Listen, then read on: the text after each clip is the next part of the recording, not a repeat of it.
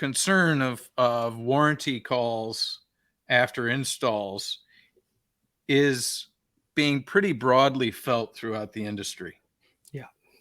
And so having a process that's going to help avoid um, taking big bites out of the warranty reserve budget is it's going to be hard to quantify at first, but I think once people start using these processes, they're going to be like, holy cow, our warranty reserve is falling from 4% to 1.25% or something like Yep. that. It's going to be big savings.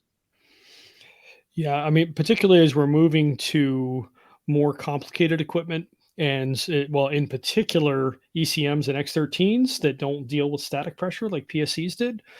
Um, it, this is going to drive everybody bonkers. Well, And and I'm this seeing is a one lot way of around more complaints about humidity too. it. So, you're buying equipment that's gonna do a worse job in removing humidity than the equipment you had before.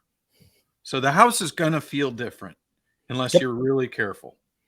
And it's gonna feel different in a bad way. Thank you, efficiency standards.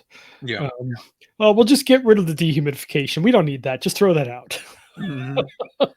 Boy, Oops.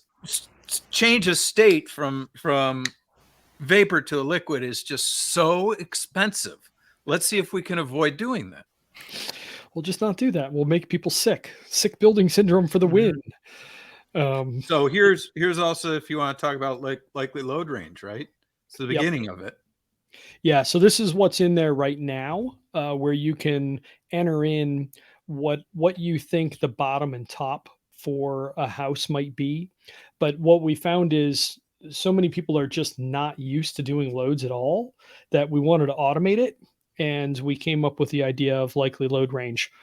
Let's do some really basic back end calculations, and we're not since we're not doing an actual calculation. If you think of a bell curve, we're trying to get two standard deviations out, which covers 95% of systems out there. So you could, in theory, be above or below either of those numbers, but it's not going to be that many houses that are. And it helps describe to homeowners that, hey, we really don't know right now what the best size is for your house.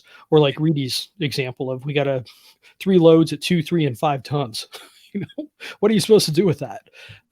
We aren't collecting all of the information we need to do an accurate load.